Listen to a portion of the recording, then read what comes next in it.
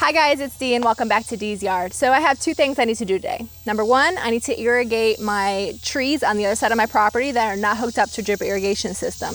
And number two, I need to do a koi pond water change. So I'm going to show you on how I kill two birds with one stone by using my koi pond water to irrigate my gardens and trees, and I'm going to show you how I do it and why. So like I mentioned, the trees I need to irrigate today are on the other side of my property. So I'm going to be using this 25-gallon sprayer on the back of my John Deere.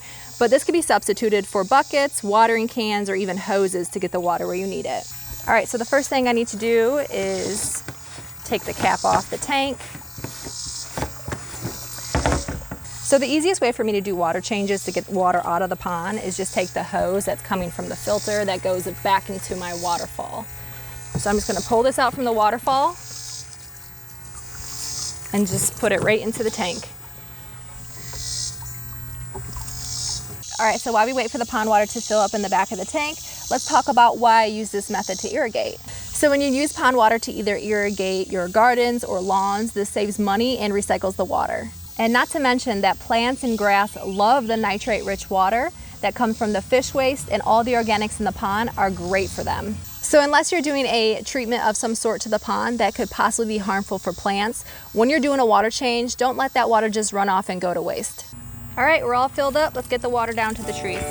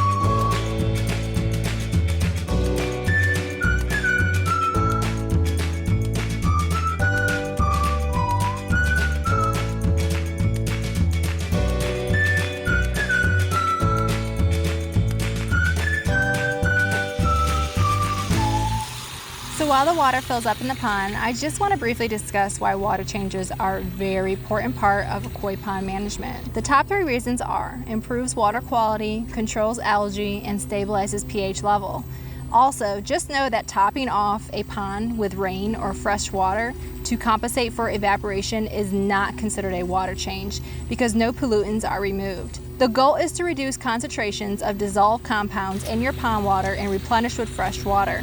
And speaking of fresh water, don't forget to add in your dechlorinator so the chlorine in your water doesn't burn your fish. So during my personal research, I have found out that when and how often to do water changes is very opinionated. But water changes in general in any closed system are necessary. And partial water changes are best, which is taking out about 20% or less of the current water in the pond. Now today I took out about 10 to 15%, which is perfect. So I personally do a lot more water changes in the summer, and that's simply because my fish are eating a ton more and creating a lot of fish waste, which isn't good for the fish at all, but that very rich nitrogen and nutrients is what plants love for their health and growth. All right, so it's filled back up to the top, so let me just turn off the water. And the water change is complete. So thank you guys for hanging out with me today, and I hope I inspired you to recycle your koi pond water. Don't let it go to waste, and I hope to see you guys in the next video. Bye.